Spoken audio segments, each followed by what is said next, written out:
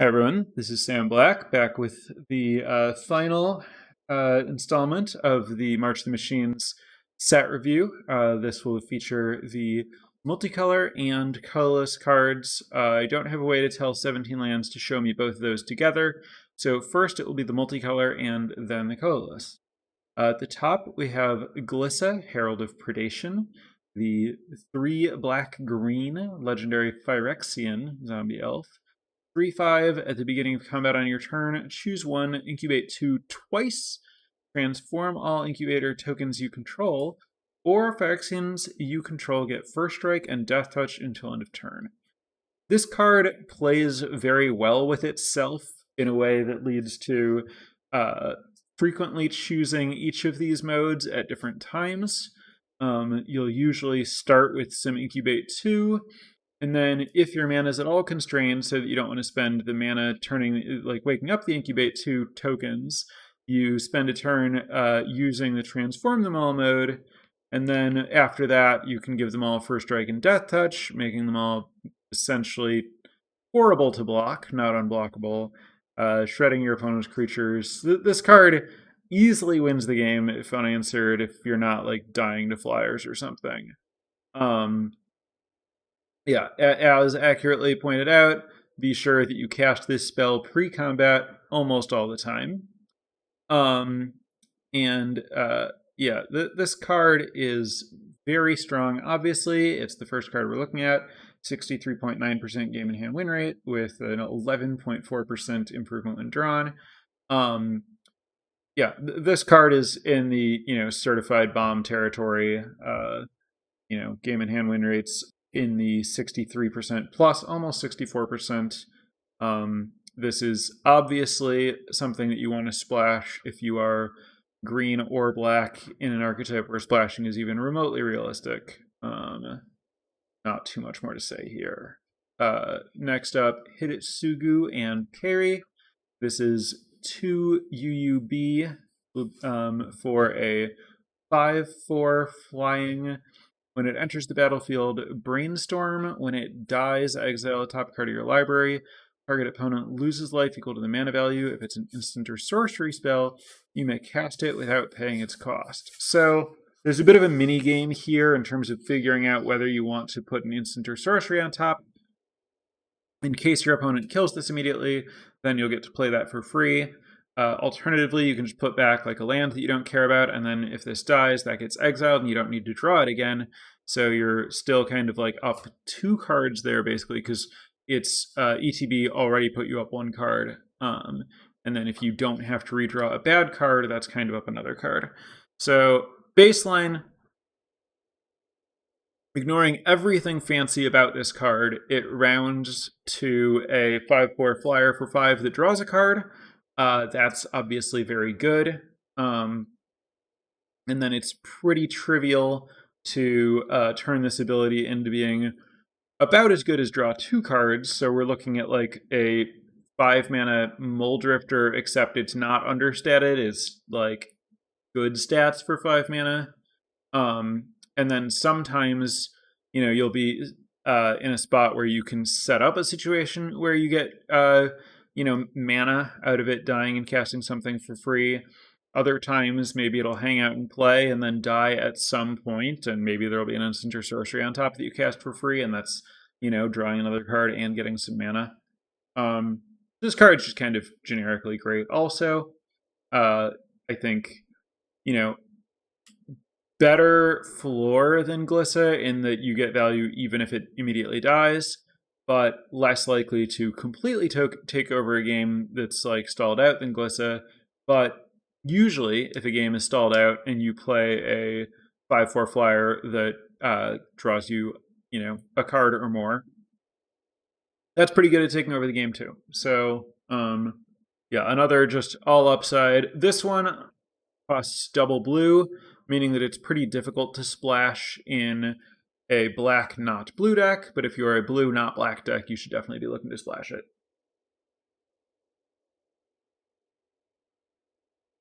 Next up, another highly splashable certified bomb, Invasion of New Phyrexia, X white blue, battle, 6 defense. When it enters the battlefield, create X 2/2 white and blue knight creature tokens with vigilance. So there's a common for 4 mana that makes 2/2 white and blue creature tokens with vigilance, and it's a totally solid common. It's in the top half of white commons easily. So this, if you ignore the back entirely, is a flexible version of that. You can play it for 3 mana to get just 1/2/2, which wouldn't be that good, except it also comes with a battle. You can play it for 4, or as the game goes later, it becomes increasingly dominant. I think, for any value of X, obviously, that you have, more X for more 2/2s is like more above rate. And then the more you cast this for, or the more flyers you have, or the more you're already ahead by, the easier it is to flip the battle. And then when you flip the battle, you get a Planeswalker. The Planeswalker is, certainly an above average 2-mana Planeswalker. It's hard to figure out what you should think of the backside of this as costing mana-wise, since the amount that you pay for the front is variable, and how hard you have to work to flip it over is also, it's not trivial. 6 is a lot of defense, but sometimes it won't be very hard. I don't know. Anyway, the Planeswalker side functions as a Planeswalker, right? What I mean by that is it has a plus. The plus can is not all that excuse me, it's not all that dissimilar to, it's probably very slightly weaker than draw a card on average, but not that much worse. And then the -2 gives you an emblem that gives your knights +1/+0 and ward 1, given that you already presumably have some knights from the invasion. Stacking these emblems makes those knights a lot more powerful. It's obviously a lot stronger if you're actually a knight's deck, where the emblem is making all the all of your other cards better also. And then the -3, tap X creatures you control. When you do, shuffle target on-land permanent an opponent controls with mana value X or less into its owner's library. So this, I believe, should be able to -0 and kill an incubator. -3 tap 0 creatures. Yeah, that sounds true. So anyway, it has a weird but useful second ability, and then a plus that gets you cards, and a minus that answers a thing. They're a little weird about doing that, but this is kind of in line with the 5-mana Planeswalker template.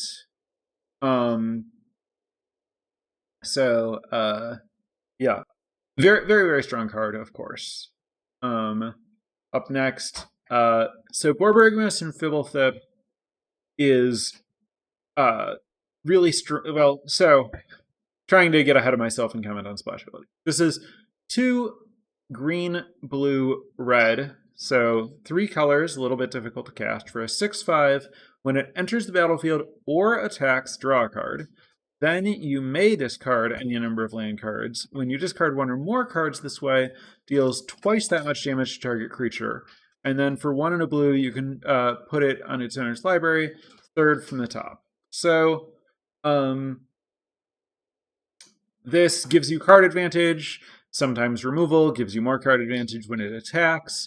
It plays kind of like a Titan, from the Primeval Titan cycle, but it's only 5 mana instead of 6, which is a big deal. And then the 1 and a blue, put it on top of your library mode, is actually pretty good, because drawing this card is so powerful. Put it 3rd from the top. It's just, you never want to let them actually kill this. It's really nice to hold up the 1 and a blue so that if they use removal, you'll put this back and you'll get to draw it again. This is a card that I would be pretty happy to pay 6 mana for. At 5, it feels very, very above rate. It is 3 colors. You really need to be playing at least 2 of them most of the time to splash the third. I would say, at most points in most drafts, I would, if I'm 2 of these colors, take this and try to splash it over most other cards. Obviously, this is probably happiest in the multicolor green deck that's planning to splash other stuff. If you're green-red, you have the battle that makes treasures and a few other ways to splash. If you're green-blue, you're probably very well positioned for this. Definitely a card I'm happy to start a draft with and draft around. Just very good. If you're green, you can easily splash the other 2. I mean, so if you're a green-white or green-black deck, some early in the draft, obviously you're just going to become, green soup, and that's fine. Late in the draft, it's green-black is likely going to be pretty well set up to play a long game and splash this, but it does depend on where you're at fixing-wise when you see it. If you're seeing it late, green-white, if you're a 2-color aggro deck, you certainly don't want to get messed up in this. But if you're the green-white Phyrexian control deck and you already have some amount of pests or burgeonings, then you can think about it. But double splashes are certainly difficult to pull off. Up next, Invasion of Amonkhet. This is a full-on rare power level card. Wins more than most of the non-certified bomb but strong rares. 1 blue-black for a 4 defense battle. When it enters the battlefield, each player mills 3 cards, then each opponent discards a card, and you draw a card. And then it has 4 defense, and when you defeat it, you get a 4/4 copy of any creature in any graveyard. This card is fantastic. Another card that you probably want to try to splash if you are blue or black most of the time. If you look at the average last seen, you'll see a pretty big jump here, indicating this thing is not drafted as rares and mythics, which should be no surprise. But yeah, it's very good. Up next, with a remarkably similar game in hand win rate, only 0.1 different, from Invasion of Amonkhet is Marshal of Zhalfir. This is white-blue for a 2/2. Other knights you control get +1/+1. And then for white-blue and tap, you can tap another target creature. This is, despite having a similar win rate to Invasion of Amonkhet, a card you should draft very differently than Invasion of Amonkhet. As I was saying, you probably want to splash Invasion of Amonkhet basically wherever, whereas Marshal of Zhalfir is really only going to give you a rate that's anywhere near that good if you're actually a dedicated blue-white, ideally a dedicated blue-white knight deck where most of your creatures are knights. The blue-white knight deck with Marshal of Zhalfir is very strong, and so part of what's going on here is that the rest of the deck is good. You can actually see that in the stats, in the game played win rate being higher for Marshal of Zhalfir than any of these better cards. There is a school of thought that game played win rate is a great metric to look at when thinking about your first picks, because that tells you how strong of a deck your first pick is leading you into. And so while Marshal of Zhalfir is a very narrow high commitment card, because you have to be dedicated blue-white, it's reasonable to take that first pick and just try to be in that lane, because blue-white's such a good place to be. So you're carving out a good path for yourself. There's an alternate theory that it would be better to start with something like Invasion of Amonkhet, even though it has a lower game played win rate, because it's a lot more flexible and you can find the correct lane. This gets a little bit into, drafting the easy way versus drafting the hard way type space, where the more comfortable you are reading and navigating and being flexible in a draft, the more advantage you're going to get from the more flexible card. Whereas the more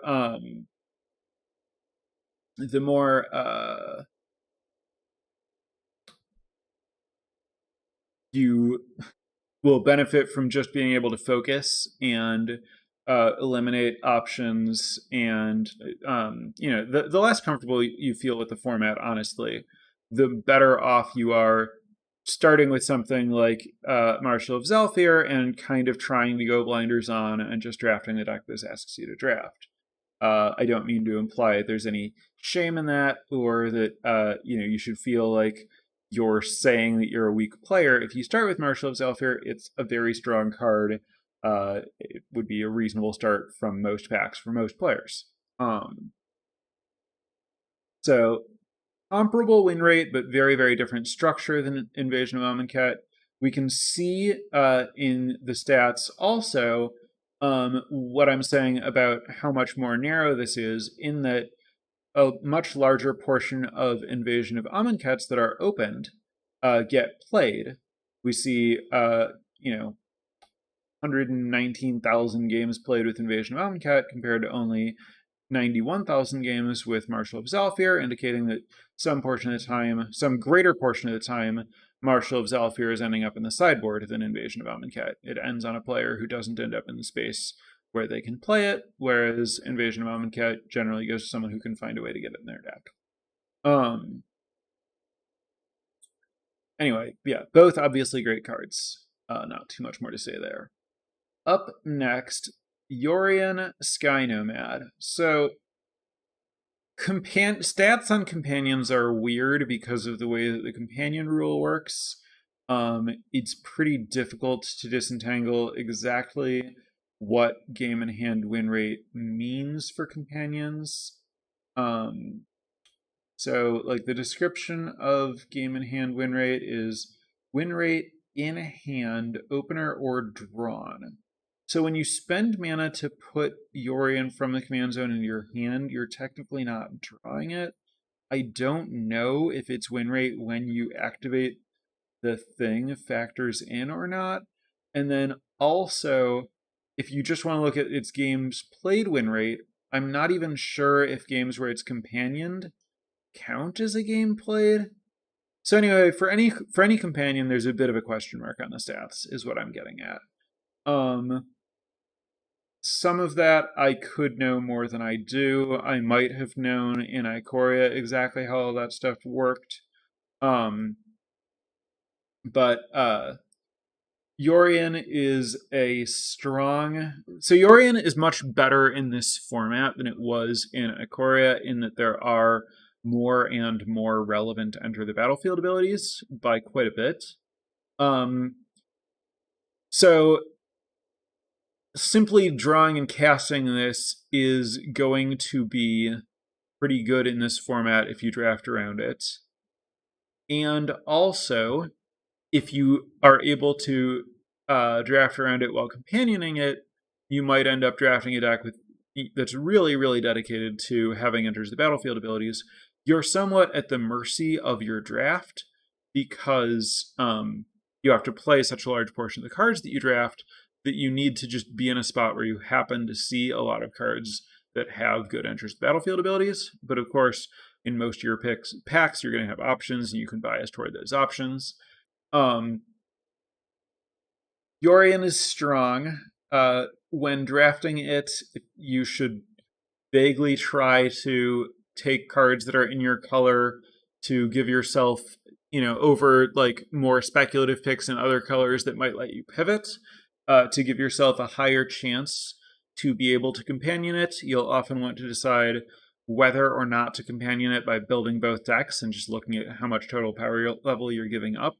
to Companion Yorian, but it's going to be a pretty strong card either way, and you're going to want to draft things with Enter the Battlefield abilities either way.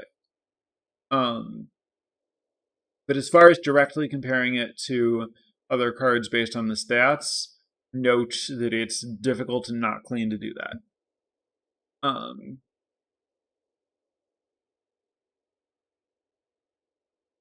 Up next, Kagla and Yadaro. This is 2 red, green for a 7/7. When it enters the battlefield, choose 1. It gains trample and haste until end of turn, or it fights target creature you don't control. Alternatively, for 2 red-green, you can discard Kagla and Yadaro to disenchant, shuffle Kagla and Yadaro into your library from your graveyard, then draw a card. There's a question about Yorian that I'll address quickly. Is it realistic to draft a Yorian deck outside of 5-color green soup? Yes. It just depends on finding an open lane. There are certainly times when your lane is open and you get a lot of playables in a 2-color deck. You certainly don't need to be able to play cards of every color for that to happen.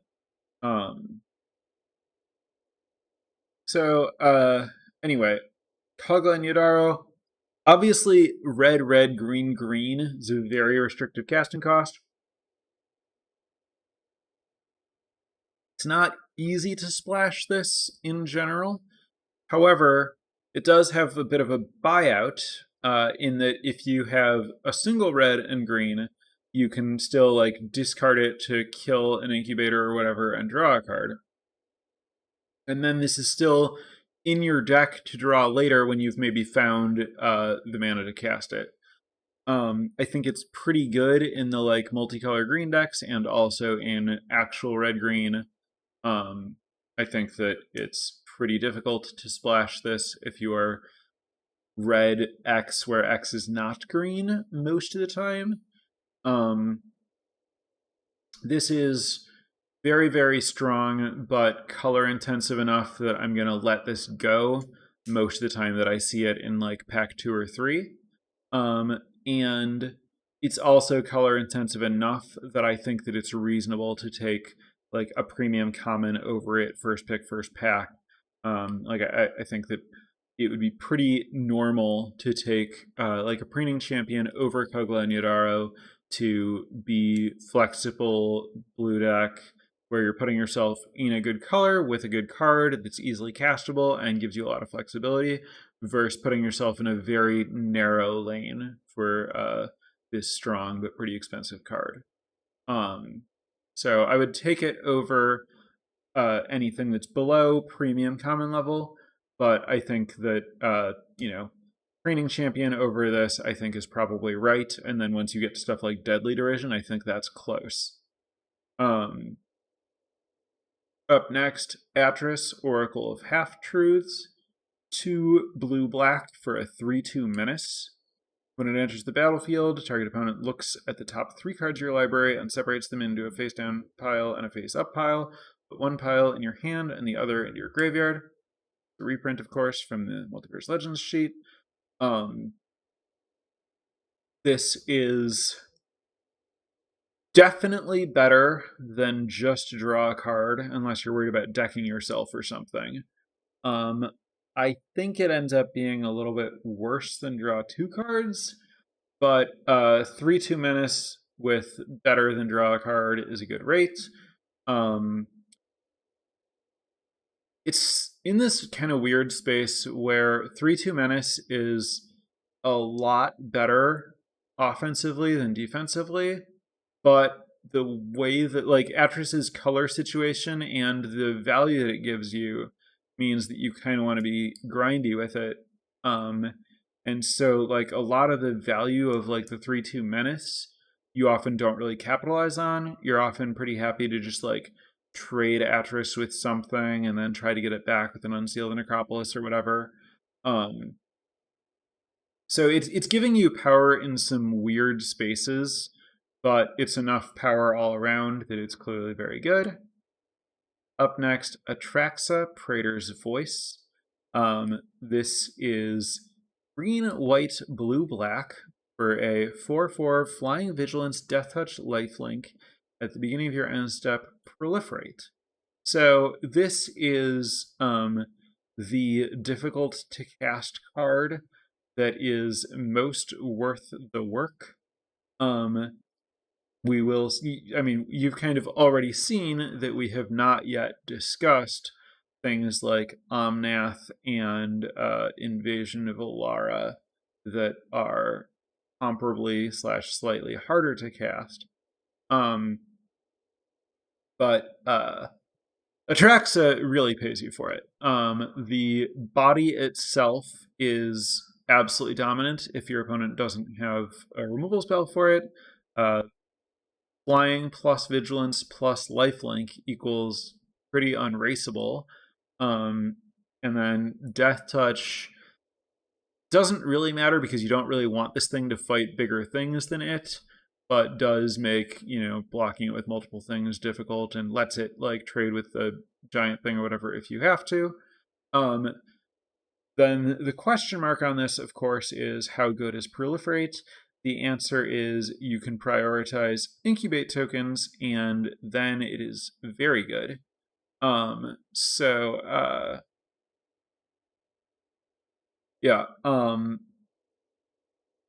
This is a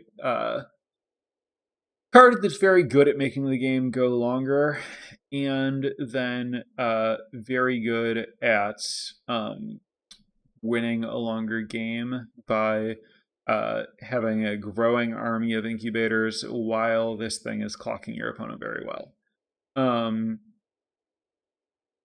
Up next, Garuda, Doom of Depths. This is a reprint of another companion. This is going to have the same difficulty in the stats as Yorian. Garuda is a 6 mana, 6/6. When it enters the battlefield, each player mills 4 cards. Put a creature with an even mana value from among the milled cards onto the battlefield under your control, and then to companion it, you have to have only even cost cards in your deck. This is very difficult to companion in this format. Having only even costs in general is very difficult because it means that you just have to waste a large portion of your mana. Like there's no way to spend your mana on. There's no way to spend any odd amount of mana ever. That's a feature of all evens that makes it kind of objectively-ish worse than all odds, where with all odds you can play a 1 and then 2 1s and then a 3 and then a 3 and a 1 or whatever. Whereas with evens, there's just no way to make all that work unless you have other things to spend your mana on that isn't casting your spells.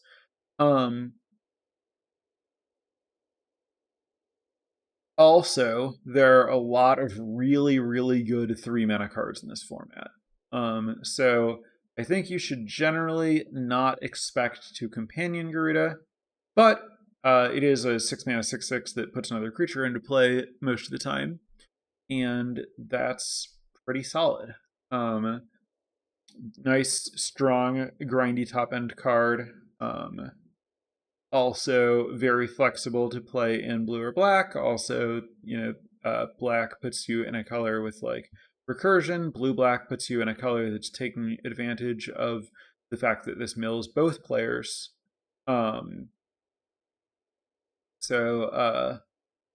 It's certainly possible to miss. You do want to prioritize, while not companioning it, you still want to make sure that you prioritize odd or even costs a bit to increase the odds that you hit something that you can put into play with this. But it's a strong card.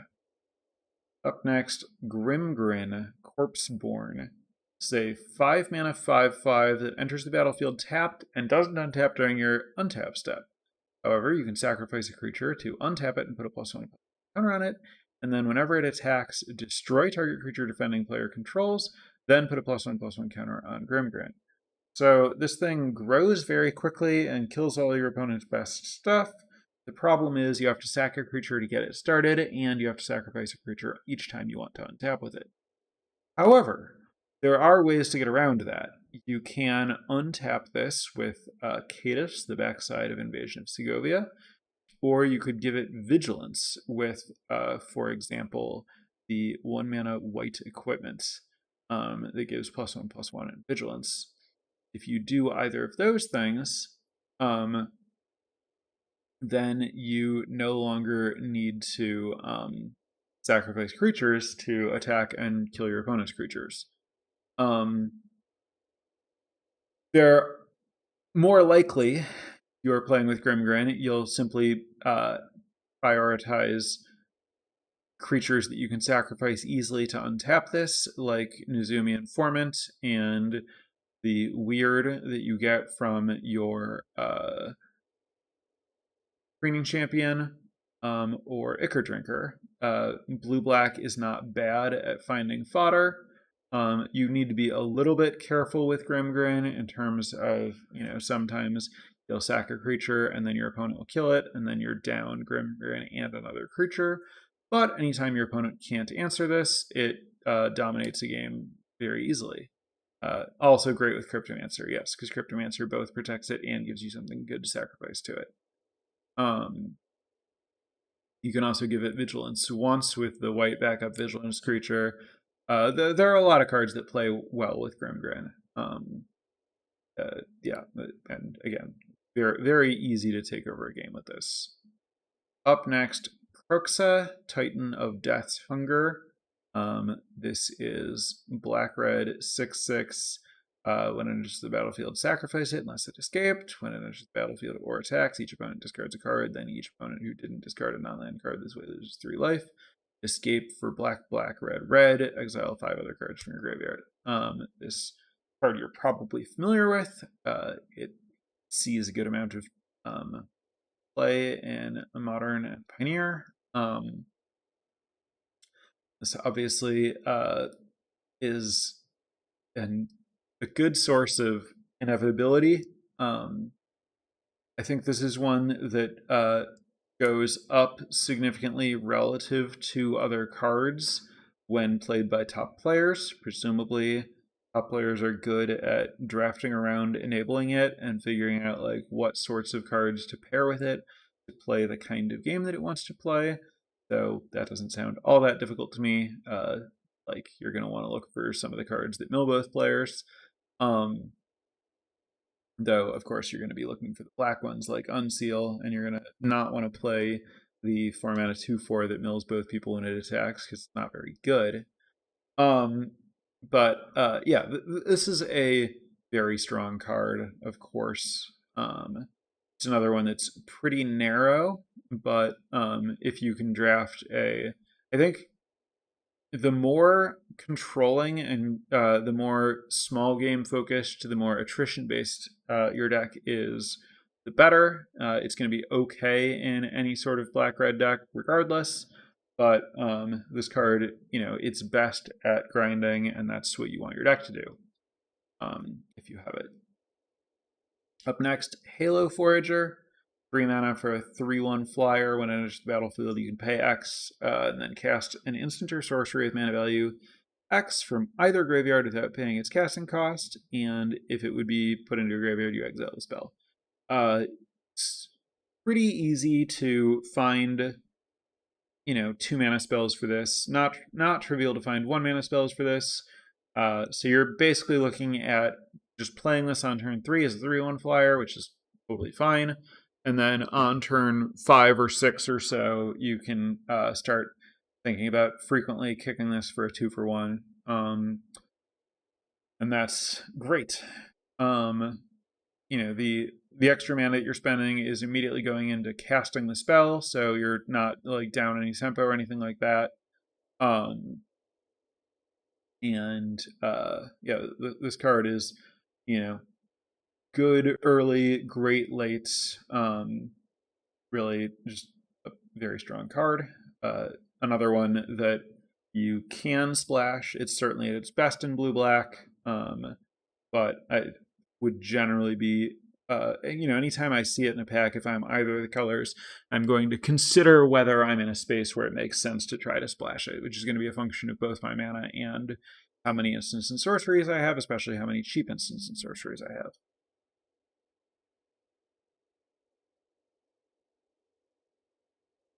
Up next, Zirgo and Ojitai.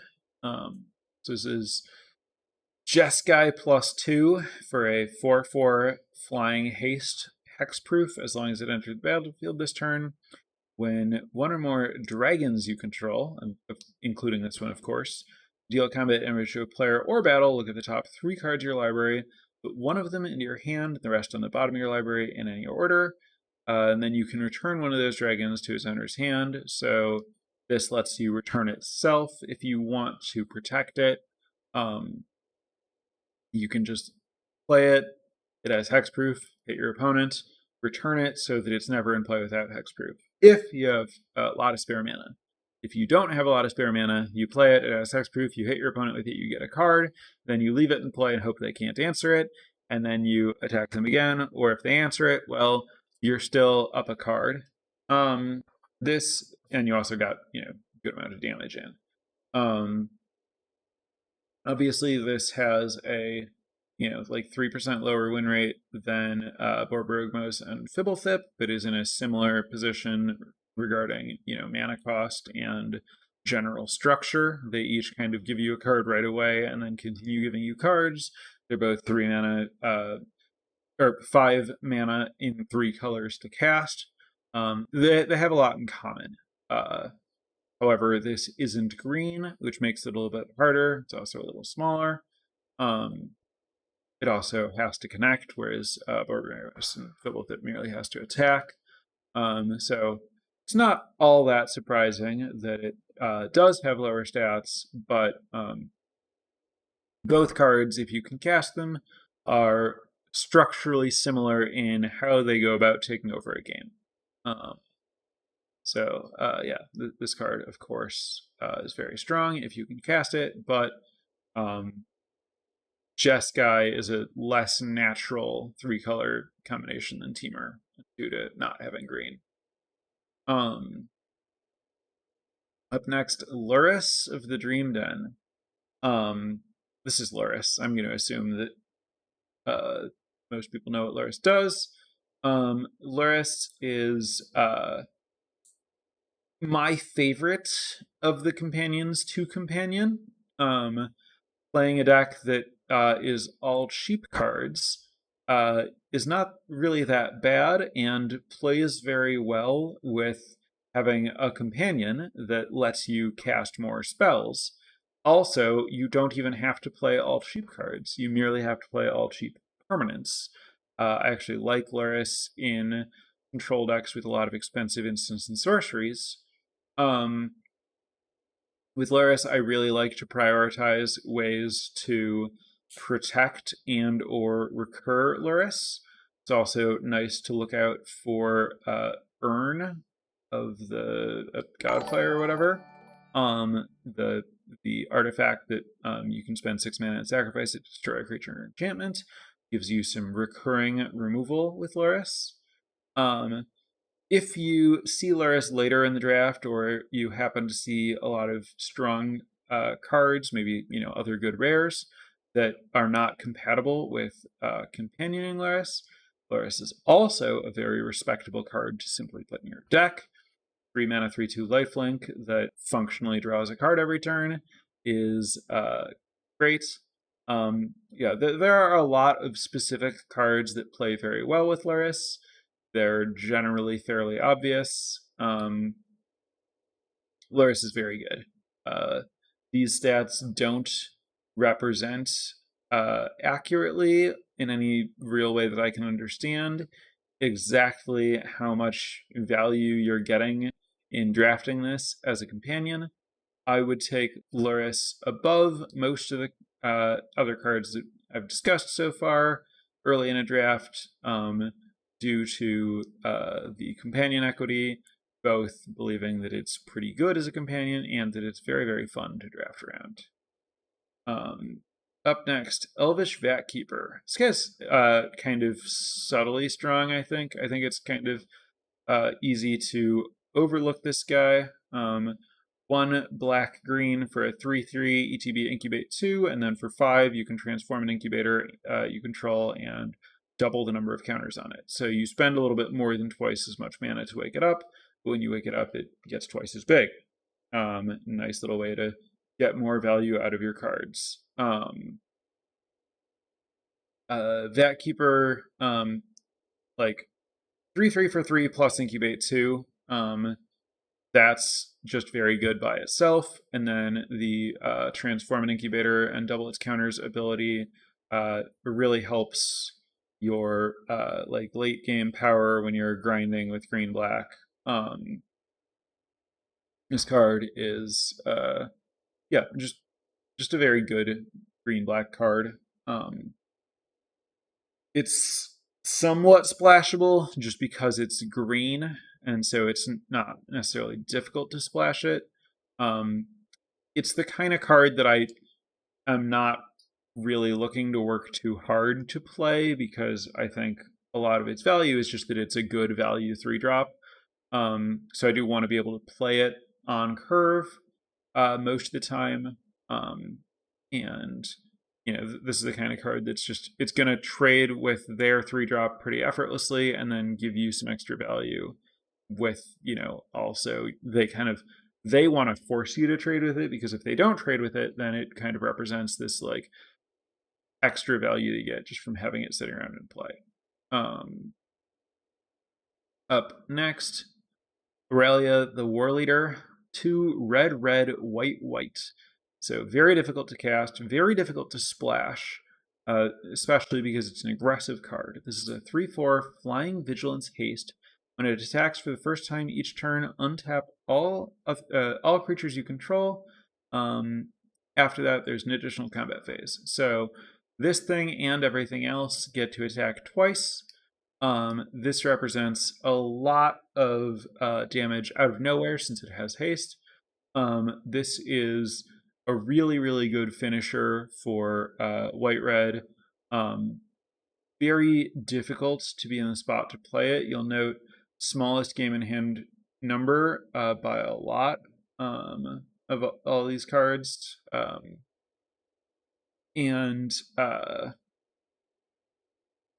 Yeah, it's hard to happen to be in a spot to take advantage of this. And as far as drafting it early, it's the kind of thing that, like, I don't want to first pick it because you're so pigeonholed, and you're starting off with an expensive card in your aggressive deck, and you're also putting yourself in a pretty weak archetype. But if you're already there and you happen to see Aurelia at the right time, it is you know, a strong finisher. It's, you know, not the kind of card that I want to pass if I'm red-white, but it itself is not enough to get me excited about going into red-white. Galta and Mavrin, very similar win rate to Aurelia, a little, you know, 0.1% lower, basically the same. This is 3 green, green, white, white, so similarly difficult to cast. For a 12/12 trample, whenever you attack, choose one. Create a tapped and attacking XX green dinosaur with trample, where X is the greatest power among other attacking creatures, or create X/1/1 white vampire creature tokens with lifelink, where X is the number of attacking creatures. So different payoffs depending on whether you're going tall/big or wide. But it rewards you for either of those things. As long as you're attacking in some way, it's going to give you the right kind of payoff for that. I like this card appreciably more than Aurelia.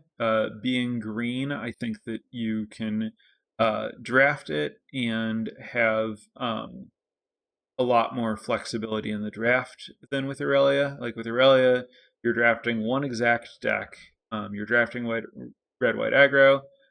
There are, you know, there's some questions to be asked when drafting red-white aggro. Are you an equipment deck? Are you a backup deck? Are you a just like tricks and curve deck? But you don't have a lot of room to maneuver. Whereas with Galta and Mavrin, you could be dedicated green-white. You could be green-X with some splashes. You can be full-on green soup. I think that despite the fact that Galta is all about attacking, I think that you want to draft a controlling deck with this card. 7 is a ton of mana. This should be viewed as just like a, control finisher. The one time that I personally first picked this card led to me kind of on the fly developing a green-white control draft strategy that I liked a lot, involving the the enchantments that incubate with scroll shifts and just generally good green and white defensive cards. I think that's a really good home for Galta and Mavrin. I think it's relatively repeatable. Prioritizing pests and stuff like that. I think Galta and Mavrin is a tricky one to draft, and I think its ceiling is very slightly better than it looks. I would take it over something like Aurelia or even Vat Keeper early, I think, even though Vat Keeper is a difficult comparison. Anyway, up next, Judith Scourge Diva. This is Rakdos 2/2. Other creatures you control get +1 power. This is 1 plus Rakdos to cast one black red. Whenever another non-token creature you control dies, Judith deals 1 damage to any target. This is a very good aggressive card. Wants you to go wide. It rewards you for going wide with tokens because it pumps up all your tokens. Rewards you for going wide with non-tokens even more because you get the death triggers. Theoretically, this gives you some extra value in the sack decks because you can get the 1 damage trigger on command. But really, this is just kind of a generally good black-red card, not too fancy or narrow. Black-red is a fine archetype. This is not a card I would be terribly unhappy to take early in a draft, but not something I'm super excited to first pick.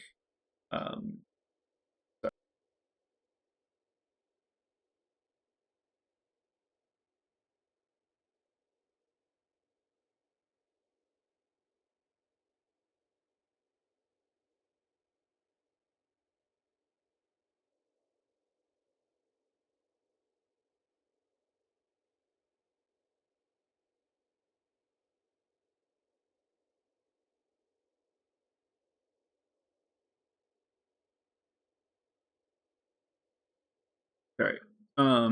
Okay. Next up, Emot.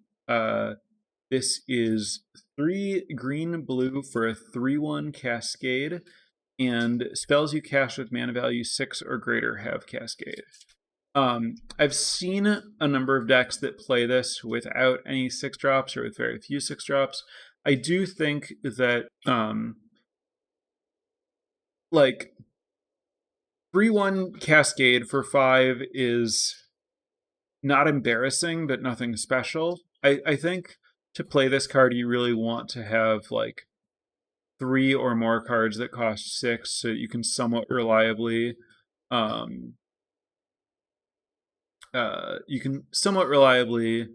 get more value out of it. If you play this into a 6-drop and Cascade off with both of them, I think you're kind of really doing it. You're in a very good spot. Whereas if you play Emot and you just Cascade once, it's nothing special. If you happen to have a way that you can play more than 3 6-drops, say specifically because some of them have Convoke, and you can start double spelling with Emot in play and then cascading off of them, that's very good. It's also fantastic with 6 mana battles, because you get to cascade off of both the first cast and the second cast. And then if you can, live some kind of bizarre dream where you have cards that cost more than 6 and cards that cost 6, you can sometimes cascade into a 6 and then cascade from your 6. But I think at that point you're probably going too deep. Not that you should avoid playing a good 7 in your deck, but that you shouldn't really expect that particular thing to come together as a priority in your drafting. Yeah, so Emot is good, but you really want to prioritize, thinking about how much you're going to get additional cascades off of this one, thinking about how valuable it is to you. Up next, Rev Master Smith. This is red-white for a 2/2. Whenever a creature you control that's enchanted or equipped attacks, that creature gains double strike until end of turn. Enchanting your creatures isn't really a thing that's going to come up in this format in general, especially in red-white. Equipping them definitely can come up and is very strong. This is a weird card because the equipment in general isn't that great, but having equipment in play with Rev is really, really great. So you're in this awkward spot where like you want to pick up equipment and you want to play like an uncomfortably large amount of equipment because Rev makes drawing equipment so much better and it's so good to draw both of them. But like ordinarily a deck might want like one piece of equipment, but with Rev maybe you want like 4 pieces of equipment. So to my mind, when you take Rev, you're really, really hoping to see another Rev in the draft, which is not unrealistic, right? It's a card that's taken 9.5th on average. So if another one is opened, you're reasonably likely to get both of them. And then I think if your deck has 2 or more Revs with like 3 to 4 or more equipment, that is like a really, really strong package that can make red-white aggro deck go from kind of like normal to pretty exceptional. But it's very narrow, very high risk, but very high reward. I think that, Rev itself is a way to draft red-white. But it's certainly a high variance way to do it. You need this to live, you need to draw it, you need to draw equipment with it, you need to draft such that can happen, you need this to stay alive. Like a lot of stuff has to go right. But giving double strike to any creature that you put equipment on is really, really strong. Up next, Clad, Telcor Engineer. This is a 6 mana, 4/4. Creature tokens you control have haste at the beginning of combat on your turn. Create a 2/1 blue Phyrexian Mirror artifact creature token. Then you may choose a token you control. If you do, each other token you control becomes a copy of that token. So I'm going to assume that some portion of people don't know how this card works because I've played against opponents who don't fully take advantage of it. The thing that this does is it makes a 2/1 mirror, and then you immediately turn all of your Phyrexian tokens and incubator tokens, so your incubate things, regardless of whether you flip them or not, into 2/1s that are then bigger for each counter on them. So your incubate 2s become 4/3s, your incubate 3s become 5/4s, etc. All of those come in and start attacking the turn that you play Clad. It's very explosive if you are a actual Phyrexian deck, or a deck with a lot of incubators. It's awkward because red isn't great at making incubators, though it does have a little bit. This is a card that you could definitely splash in like a really any sort of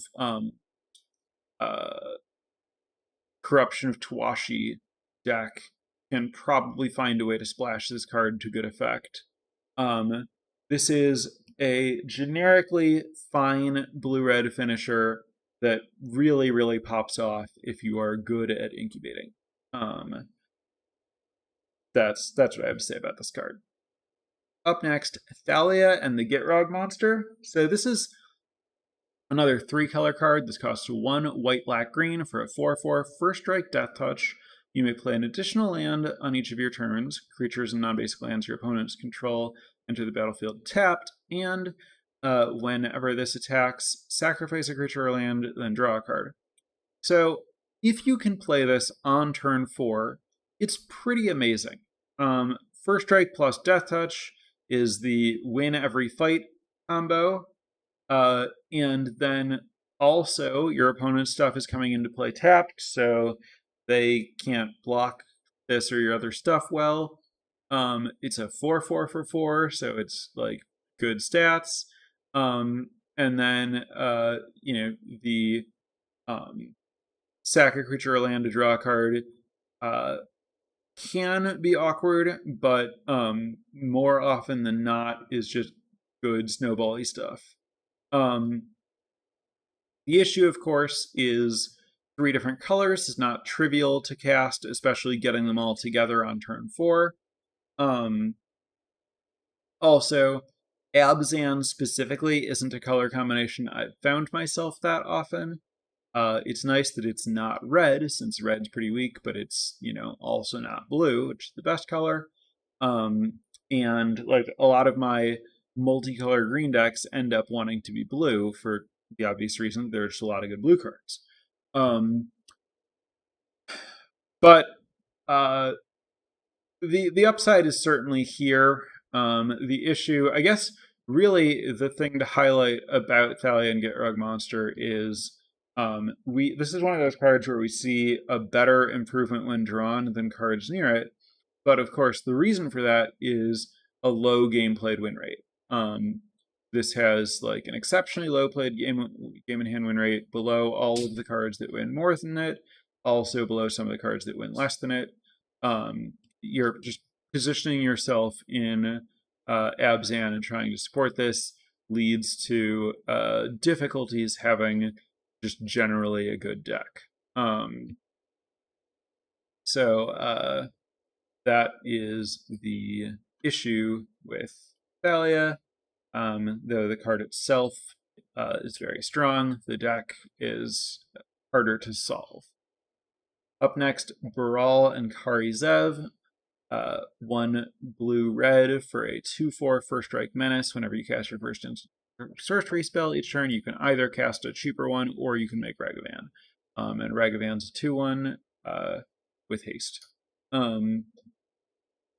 So this card's pretty good. 2/4 first strike menace for 3 is like a fine body to begin with, and then getting a recurring 2/1 or occasionally getting some kind of free mana out of it is pretty strong. I suspect that this thing's win rate is brought down by the fact that it is good enough to splash and splashable, but that it's not like a terribly exciting splash because it's a pretty aggressive card that's like much better to cast early. I suspect that, if you're actually playing this in a blue-red deck, you should expect it to perform a little bit better than its numbers suggest. I think this card's pretty strong. Up next, Invasion of Asgol. This is black-red for defense. When it enters the battlefield, target player sacrifices a creature or planeswalker and loses 1 life. And then when you defeat it, you get a 2/1 menace.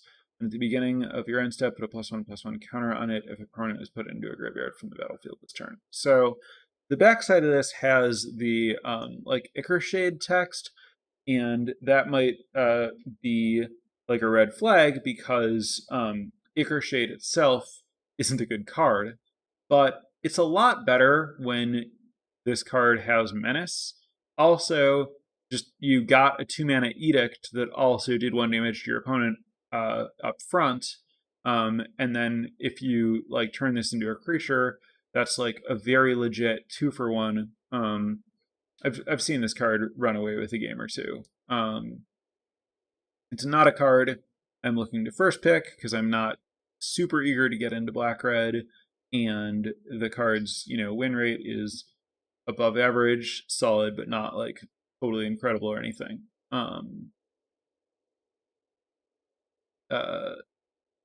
Up next, Peruga. This is another companion, 5/4, draw a card for each permanent you have with mana value 3 or greater for 3 Simic hybrid manas. And you can companion it if every card in your deck has mana value 3 or greater, plus lands. If you're going to companion this card, you want to heavily prioritize dispersals, both because you can theoretically cast them for less than 3 mana. So you can cast it for less than 3 mana. You're usually not going to cast it before turn 3, but it's very good at turning the game around and letting you double spell, which is very hard for Kagla to do in general.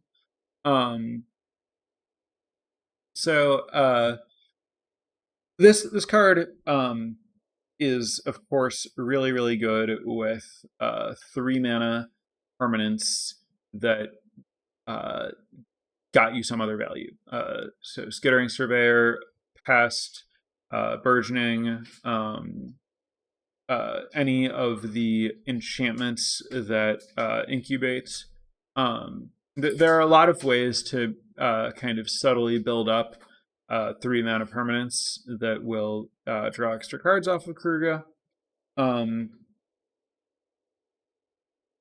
Kagla is weird. Drawing more than the difference between drawing 4 cards off Kagla and drawing 2 cards off Kagla is not very big. In that, your Kagla deck or your deck with Kagla is probably going to be in pretty good shape if you play Kagla and then the game goes for a few more turns. And the bigger issue is just can you make all that happen? So you don't want to go too far out of your way to set up drawing a million cards with this, I guess is what I'm saying. Possible to companion, but you want to be really careful about it. Yeah, that's what I have to say there. Up next, Botanical Brawler. This is green-white for a 2/2, for a 0/0 trampler that comes into play with 2+1/+1 counters on it, and then whenever 1 or more +1/+1 counters are put onto another permanent you control, if it's the first time +1/+1 counters have been put on that permanent this turn, put a +1/+1 counter on Botanical Brawler. So once a turn that you get a counter anywhere, this also gets a counter. This card is really, really good in the green-white backup / counters deck. It naturally tramples and gets very huge pretty easily. The issue with this card is that I don't think that deck is very good. I think that that deck has a really big problem with removal, and I think that there is an abundance of good removal in this set that makes this card pretty awkward. It can be more than once per turn, just not more than once per object. That's true. This card really pops off when you play invasion of the invasion that pumps your whole team. Still, though, the issue with this card is not its ability to grow, which it's very good at. It's that it itself isn't great against removal, and more importantly, it goes in a deck that I think just suffers from how good removal in this format is in general. Up next, Zimone and Dina. This is another really, really powerful card that costs 3 different colors with no generic, meaning that it really rewards you if you have those 3 colors all online right away. Very difficult to do. So you get diminishing returns on the fact that this card doesn't cost a lot of mana to cast. I think is part of why we're seeing worse win rates on Zimone and Dina and Thalia and the Get Rog Monster than the other more expensive 3-color cards. Zimone and Dina is really, really good if you can draft a deck with fodder for it. It's really good with cards like whatever the beast is that incubates 5, and then also Ichor Drinkers and stuff like that. It's a 3 mana, 3/4. Whenever you draw your second card each turn, target opponent loses 2 life and you gain 2 life, and then you can tap it and sacrifice another creature to draw a card, and then you can put a land card from your hand onto the battlefield tapped. If you have 8 or more lands, repeat this process once, so you don't have to sacrifice another creature, but you do draw 2 cards and can play 2 lands.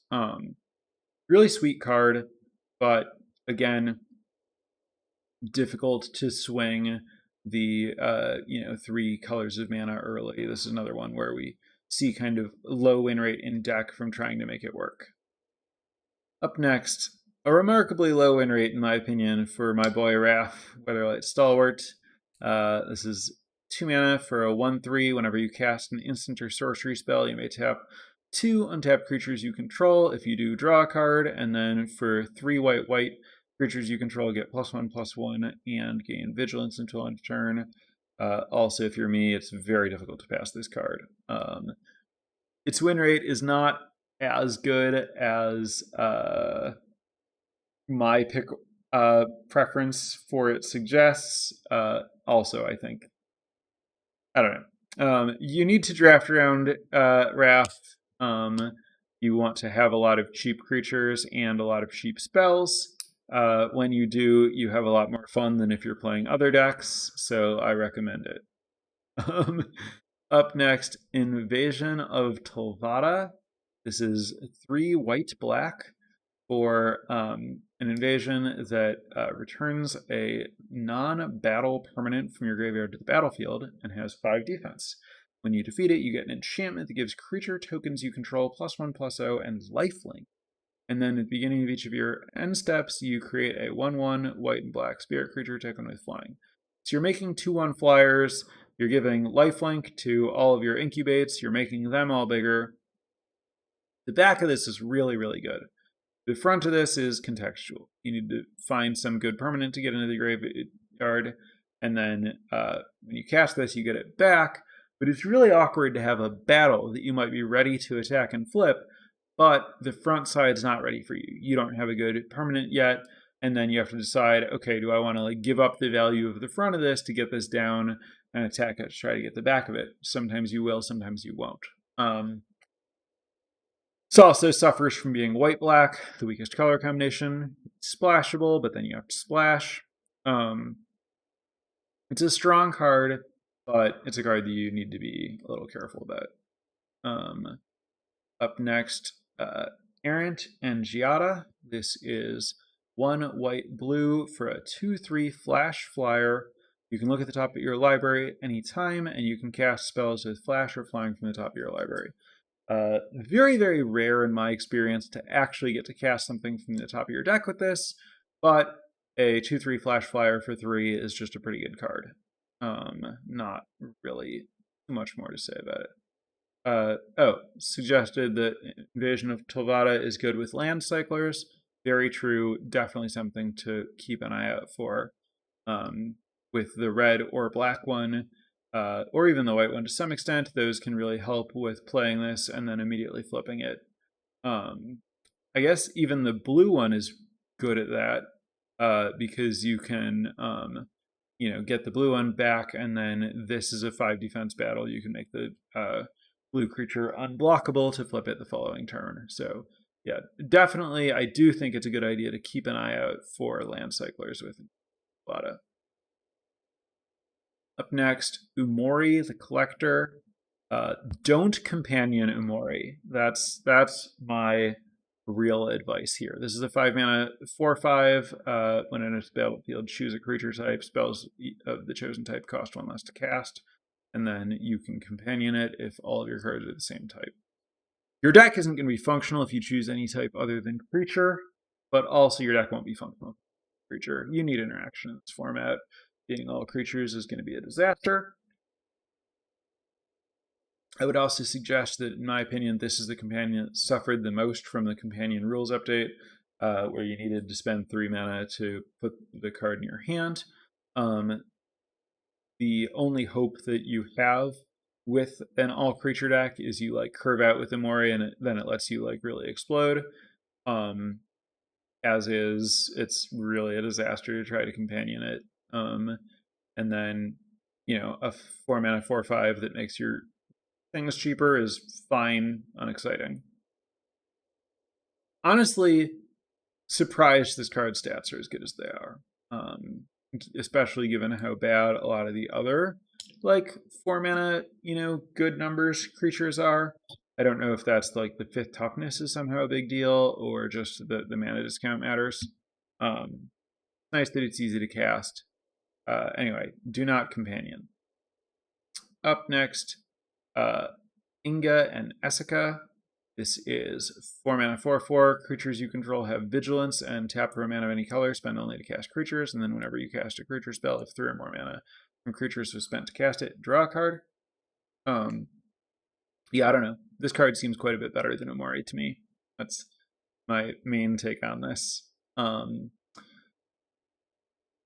It's pretty straightforward, good card, but 2 colors and not a great card. Up next, Quintorius Loremaster. This is another one where the stats aren't that impressive relative to the ceiling of the card. This is a 5 mana, 3/5 vigilance. At the beginning of your end step, exile a non-creature, non-land from your graveyard to make a 3/2 red and white spirit creature token. Then you can spend 1, a red and a white, and tap this and sacrifice a spirit to cast the spell, cast a spell that is exiled, and then put it on the bottom of your deck. So Quintorius lets you loop your deck, given that it stays alive for a while. It also lets you make a bunch of 3/2s and cast your spells again. This does a lot, but you need spells in your graveyard, which red-white isn't great at. You also want to play a long game, as is the way of Lorehold in a format that's not Strixhaven, or even a format that is Strixhaven. It doesn't really play all that well with other stuff red-white is about. This means that Quintorius is a pretty good splash in some other decks, like decks with blue and or black, with like good spells, but not a very good straight red-white card. There are some decks that really like this card. They are tricky to draft. They have complicated mana bases. If trying to solve the Quintorius problem isn't what you're looking for, you can safely move on. But it is you can get some pretty sweet decks with it. Up next, Invasion of Pyrulia. Green, blue, 4 defense battle. When it enters the battlefield, scry 3, then reveal the top card of your library. If it's a land or DFC, draw a card. So basically, you look for a land or DFC and then put it in your hand, and then you also got to figure out what to do with the other 2 cards that you saw. Pretty likely that this cantrips in a way that you're pretty happy about, and then you get a 4 defense battle. When you defeat that, you get a 4/4 trample, ward 2. Other transform permanents you control have trample and ward 2.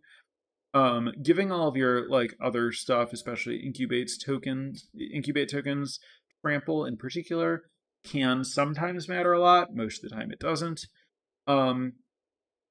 This is a pretty nice, just 2 mana cantrip type card that fixes your draws and then gives you some late game value off the battle. I think that you need to be pretty heavily based blue and green, but if you are, it can work very well in what blue-green's trying to do. Up next, Yarok the Desecrated. This is another hard-to-cast 3-color creature with a lot of upside. So 5 mana, 2+ Sultai for a Death Touch, lifelink 3/5 that doubles your ETBs. This is a fun but tricky one to draft around that is hard to cast, but fun to have in play. I think this one is contributing a lot more enjoyment than power level. So net joy for the world in general, because you'll play with it and you'll have fun doing that, but you won't too much as a result. A sweet card, but not necessarily something you want to try to first pick. Little ambitious. I'm gonna need to take a quick break here. I'll be right back.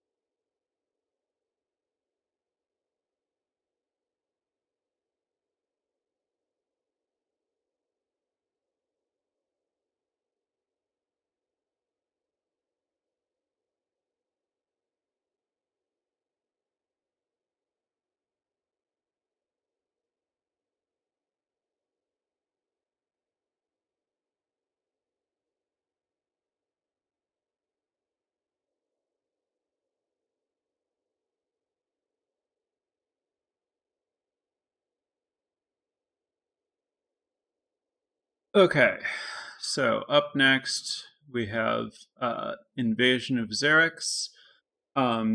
This is 2 white-blue for a battle that bounces a creature and then has 4 defense and then turns into a star flyer with stars equal to the number of creatures you control.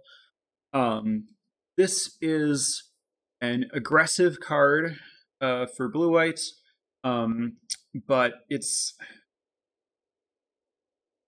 not a card that performs well in aggregate. I think that you need to be careful with this one. I think that it can be strong, but I think that you really only want to play it in blue-white decks that have a lot of flyers. I think that it's err toward avoiding this one, but if you have a lot of preening champions specifically and a lot of flyers in general, it can be pretty good. But the fail state here is very, very real, and the ceiling isn't that exceptional. I know that recently Sirkovich looked at win rates for decks as a function of number of battles divided by color pair. Blue-white did best when it had no battles, and I think that some portion of that is this card having, a negative improvement when drawn, and generally dragging blue-white down. I don't think it's unplayable. I just think that you need to be very good at flipping battles to want it. Up next, Joyful Storm Sculptor. 5 mana, 2/3 ETB, make 2 guys, and then whenever you cast a Convoked thing, you deal 1 damage to each opponent and all of your battles. This is fine if you're heavy Convoke, but not super exciting because it's 5 to get down. I think you generally don't want to play it unless you have a bunch of Convoke. It's a very narrow card. Don't prioritize. I generally try to wheel this if I'm blue-red. Up next, Perksa and Kunaros. This is a card that I have to imagine is suffering from being Mardu. It's an awkward one to try to cast. Yeah, we kind of see that in a very low game played win rate. Trying to be Mardu with a 6-drop is difficult, but if you can, have a green deck or something that can cast this smoothly and fills the graveyard well, if you can take advantage of everything this card is offering, it's really, really strong. There's 3+ Mardu for a 6/6 Vigilance, Menace, Lifelink. When it enters the battlefield or attacks, you can exile 5 cards from your graveyard. When you do, return target creature card from your graveyard to the battlefield. So you really need 6 cards in your graveyard, and then you get a creature back from among those. You have to attack with this, so this does suffer from the fact that it is it's when it enters or attacks. So if you have 6 things in the graveyard when you play this, you immediately get another thing. You're in really good shape then. Vigilance, Lifelink, Menace. Good set of keywords. The lifelink here is a really big deal. Combining that with vigilance makes this a card that your opponent basically has to try to trade off with. A single Death Toucher doesn't hold it off. They're gonna have it doesn't trade with it. They're gonna have to throw another creature in there too. It's not in any way easy to play this, but very strong if you can do it smoothly. Up next, Rona, Shieldred's Faithful. I was like, how is Rona this low? Oh, it's that Rona. Makes total sense. This is 1 blue, black for a 3/4. When you cast an instant or sorcery, each opponent loses 1 life, and you can cast it from your graveyard by discarding 2 cards in addition to paying its other costs. This is just a very mediocre card. It wasn't particularly good the first time around, and now it's back and very similar. You can put it in a blue-black deck if you are short ways to end the game or whatever, but it's really nothing special. Up next, Mirror Shield Hoplite. Red-white for a 2/2 Vigilance, and then you double all of your backups while this is in play. Once per turn. Probably all you're doing anyway. This card is really good when you do its thing, but you need to like be super into its thing to be able to do it. This is very similar to Reyev, but it wants a different kind of red-white deck. Here you're hoping to get multiple of these and then a ton of backup creatures, and then pop off. You're in the same sort of spot where you need everything to kind of go well, and then you're in the same space as Botanical Brawler, where like I just don't think your deck is very good, but your explosive draws are going to be very explosive. But it's not a gamble that I've ever personally been in a position to undertake. Up next, Obosh, the Prey Piercer. This is a 3/5 that plays like a 6/5 for 5 that then also doubles damage done by your other odd things. It's, you know, a decent 5-drop, but nothing exciting. If you double a bunch of other stuff, it can be somewhat explosive, but I don't think it's really worth the work most of the time. Shauna, Sisei's Legacy. Green-white, power and toughness equal to the number of creatures you control, and this can't be the target of abilities your opponent controls, which is very unlikely to come up. It means that it can't be like tapped by the tapper or whatever, like the marshal, but most of the time this is just a 2-mana creature with power and toughness equal to the number of creatures you control. That's actually like pretty good theoretically, but green-white's not like really a go-wide deck in this format, so I've never really found the right home for this card. Rankle and Torbran. This is 1 black, red for a flying first strike haste 3/4. When it damages your opponent, choose any number of each player makes a treasure, each player sacks a creature, and if a source would deal damage to a player or battle this turn, it deals that much damage +2 instead. So the idea is this has first strike and your other things don't. So you hit them and then you choose the last ability, and then maybe you also choose the other abilities, whatever. And then all your other stuff deals 2 extra damage each. This is hard to cast. Very, very hard to cast. Can hit pretty hard. It's a fine threat in red-black. Don't mess with this if you're not straight red-black, and it's not a premium card if you are. Up next, Rampaging Geoderm. 2 red-green for a 3/3 trample haste whenever you attack. This doesn't have to be part of those attackers. Target attacking creature gets +1/+1 until turn. If it's attacking a battle, put a +1/+1 counter on it instead. This is actually really, really good if you're reliably attacking battles, and otherwise it's fine. Like a 4/4 trample haste on offense is okay. Little, I guess, very slightly worse stats than I'd expect. This card's certainly has a good ceiling. Up next, Mutagen Connoisseur. This is 1 green-blue for an 0/5 flying vigilance. Gets +1/+0 for each transformed permanent you control.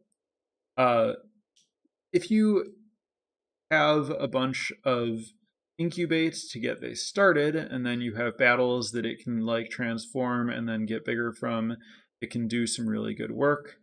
If you're just in the market for an 0/5 flying vigilance defender, it's like offers that. I like this if your deck has like a lot of like late game strength, which is often the case if you have like a lot of incubate tokens. This is very much for the like blue-green Tangled Skyline / Corruption of Tawashi type deck, where it can be pretty good. Jury, Master of the Review, 1/1 for 2. Whenever you sacrifice a permanent, put a +1/+1 counter on it. When it dies, deal damage equal to its power to any target. This card can do some sweet stuff in red-black sack, but it takes kind of a lot of work for not that high of a ceiling. Don't prioritize it, but it's playable sometimes in red-black. Agar, this is a 3-mana 3/3. Whenever a creature or planeswalker an opponent controls is dealt excess damage, if you control a wizard, giant, or a spell you control dealt damage to it, draw a card. This thing was like an all-star in Kaldheim and borderline playable in this format. It's just not very easy to find stuff that triggers it. Up next, Sculpted Perfection. This is a 4-mana enchantment. When it enters the battlefield, incubate 2. Phyrexians you control get +1/+1. This, has a better improvement when drawn than most of the stuff around it, which is to say that it goes in a really, really bad deck.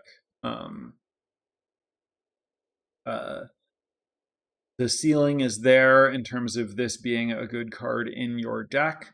This is a card that you should play when it's appropriate, but you should try to avoid the spots where it's appropriate to play it. Stormclaw Rager. This is a filler red-black card. 2/2 for 3.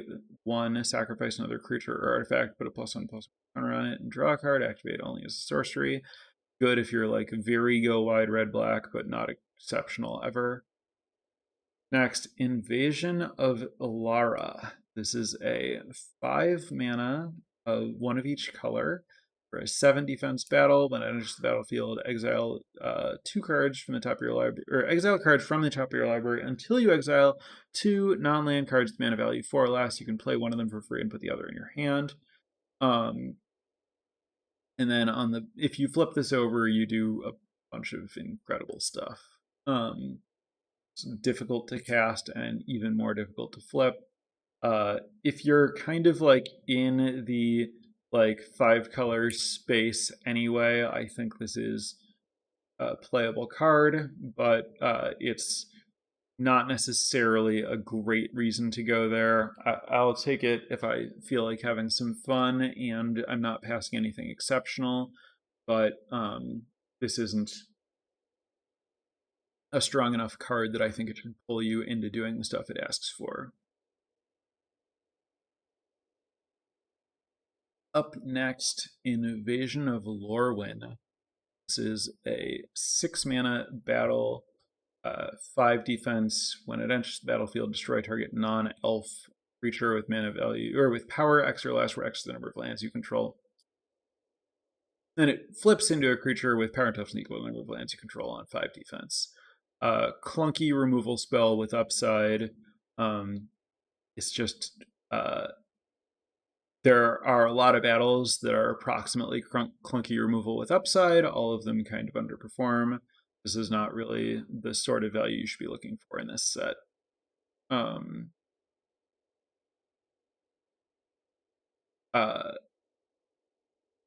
right. This is longer than I was realizing. There are a lot of gold cards. I'm not going to be able to do gold cards plus colorless cards today. I think I'm an hour and a half into this. I'm going to cut this off here and resume tomorrow with the bottom of this and colorless cards. So starting with Invasion of Kaladesh. Sorry about not being able to finish this. A little bit of an ambitious undertaking here. But I'd rather do justice to all of these and break it up rather than trying to cram in the rest of this while losing my voice or whatever. So thanks for listening, everyone. I'll be back tomorrow with my regular stream and the end of this review. So bye for now. Have a good night, everyone, and I'll be back tomorrow.